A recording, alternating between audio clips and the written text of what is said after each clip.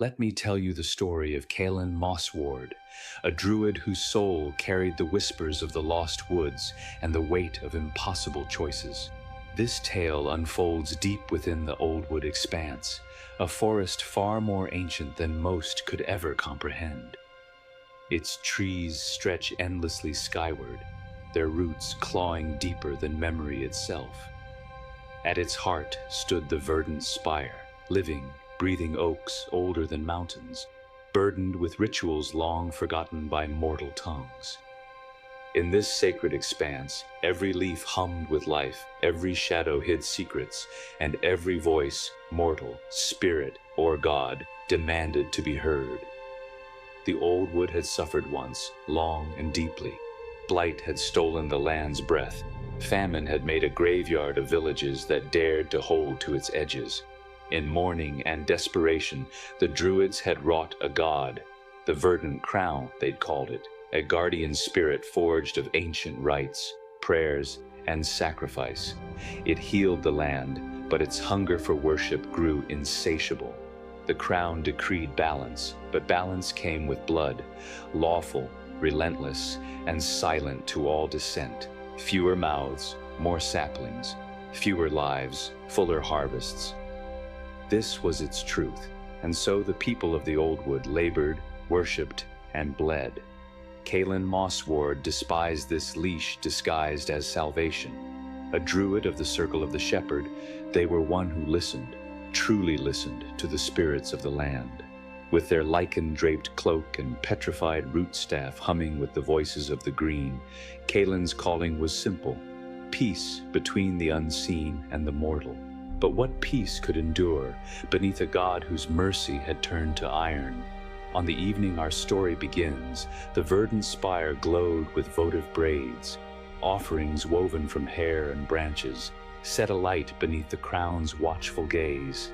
Its voice fell upon the forest like rainfall, soft and pitiless.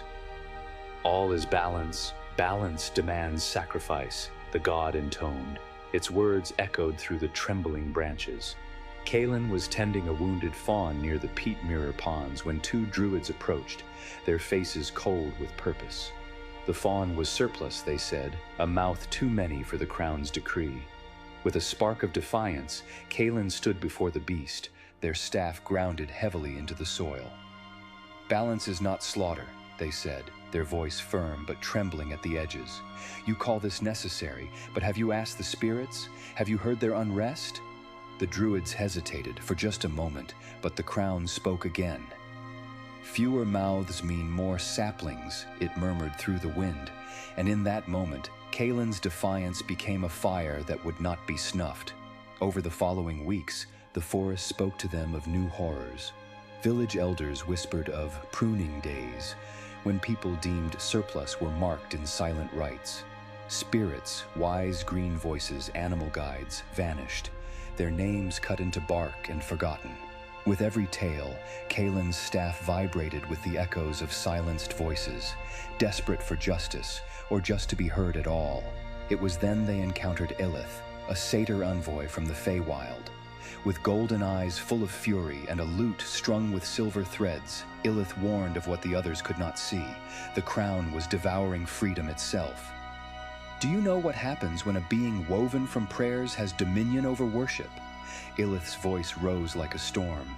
"It grows fat on submission, blind to its own cruelty. This thing you call balance is a cage crafted from the dead." Not long after, Caelen found themselves standing before Archdruid Mirren, whose years carved furrows in her face like the lines of weathered oak. "Do you see what I see, child?" she asked, gesturing toward the forest with trembling hands. "The blight is gone.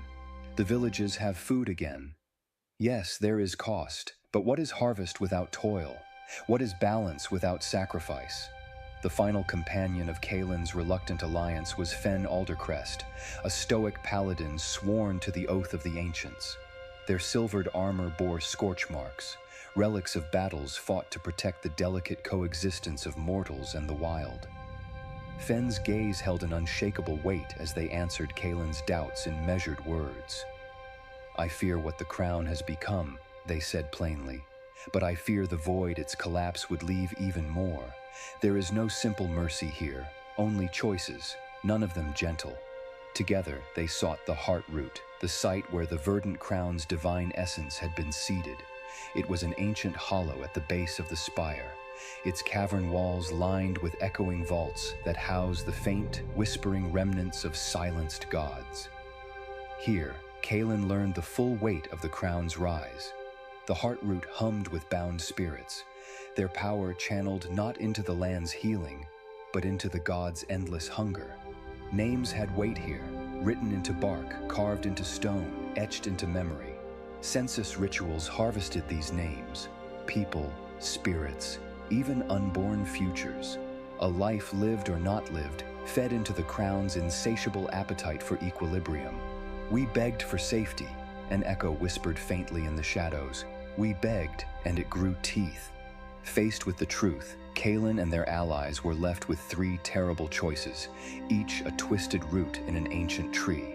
They could sever the heart root and unmake the crown, collapsing the god into dust and silence. The land's newfound peace would likely collapse with it. Blight might return, hunger would gnaw at the forest's edge once more, but freedom, raw and dangerous, would breathe again. They could weave the crown's power into many sanctuaries, spreading its essence across the Oldwood. The rights would be shared, consent restored, but the effort would be monumental. It would take generations to stabilize, and not all wounds could ever truly be healed. Or Caelen could do the unthinkable. They could take upon themselves the verdant crown, not as a god forged of dogma, but as a shepherd of mercy, a bridge between divinity and mortality. They could end the bloodshed, save lives, and spare so many, but pieces of themselves would be taken each year. Their joy, their memory, their voice. Mercy would erase them, bit by bit, until only the crown remained. In the final moment, deep within that cavern, the crown spoke one last time, its voice a chorus of hunger, appeals, and something softer. We begged for safety, it whispered again. We never wanted cruelty. Caelen glanced at Uilith, who fingered the strings of their silver lute with quiet desperation. At Mirren, whose eyes overflowed with loss and duty. At Fen, who stood silent, sword in hand, as if knowing the scale of every choice was far too heavy for any one soul to bear. Balance was never meant to break, Caelen murmured, their voice cracking. They raised their staff, its carved root humming with voices both living and lost. But who decides what lives are necessary? What came next is not for me to say. Perhaps they shattered the heart root, and the forest wept with joy and terror alike. Perhaps they wove a new sanctity with trembling hands, praying future generations would forgive their gamble. Or perhaps Caelen Moss-ward bent the knee, not in submission but in mercy, as their name was etched into the bark of eternity. All we know is that the Oldwood still sings, its voices now many. What choice would you have made? Would you wield mercy at the cost of self, or let freedom rise wild and untamed? Suggest the next tale, and let these choices guide our firelit stories once more. And if you wish to wander deeper into this world, don't forget to subscribe and like. There's always another story waiting in the shadows of the spire.